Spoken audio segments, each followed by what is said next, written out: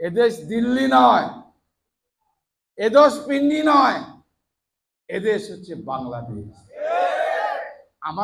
আমাদের নেতা বলেছে সবার আগে বাংলাদেশ। প্রিয় ভাইরা আমার, এই কথা এই জন্য বললাম, যখন তারেক রহমান সাহেব, অধ্যাপক ইউনূস সাহেব যখন লন্ডনে বৈঠক করলেন, একটা রাজনৈতিক দল মনে হলো ফেটে পড়েছে। সে রাজনৈতিক দল যারা অতীতে যাদেরকে নিয়ে বিতর্ক আছে, এই রাজনীতির জ্বালা তারেক রহমানের সঙ্গে অধ্যাপক ইউনূস সাহেবের মিটিং, এটা তারা বোধহয় মেনে নিতে পারছিলেন।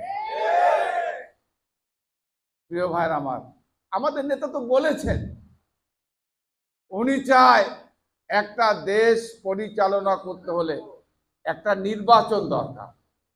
সেই নির্বাচন উনি বারবার বলেছেন, যারা দেশের জনগণ যাদেরকে ভোট দিয়ে ক্ষমতা বসাবে, সে দল ক্ষমতা যাবে, সে দলের নেতা প্রধানমন্ত্রী হবে।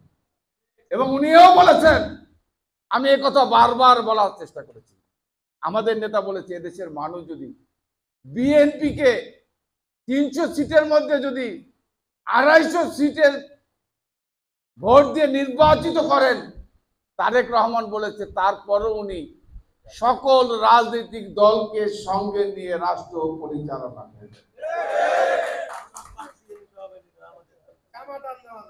এবং আমাদের নেতা এটা বারবার কিন্তু একই কথা বলেছে। প্রিয় ভাইরা আমার, এরপরও আপনারা ষড়যন্ত্র চক্রান্ত অব্যাহত রেখেছেন। আমি আপনাদের বলতে চাই, আজকে এ দেশ যদি অস্থিতিশীল হয়, এ দেশ এই 15টা বছর দিল্লি এদেশ আওয়ামী লীগ এদেশ পরিচালনা করেছে। এ দেশ আজকে এই একটা বছর কিন্তু দেশের মানুষ, আর যাই হোক, এই যারা দেশকে শোষণ করেছে, শাসন করেছে, দেশে অরাজকতা সৃষ্টি করেছে, অস্বাভাবিক অবস্থা সৃষ্টি করেছে, মানুষের কথা বলার অধিকার ছিল না, মানুষ আজকে ভোট দেওয়ার অধিকার ফিরে পেয়েছে, ভোট দিতে পারবে তার পছন্দের প্রার্থীকে। আজকে প্রায় 20, 22, 24টা বছর বাংলাদেশের মানুষ অপেক্ষা করেছে। 2001 সালে ভোট হয়েছে। 2001 সালের পর এদেশে বাংলাদেশে আর কোনো অবাধ নিরপেক্ষ নির্বাচন হয় নাই।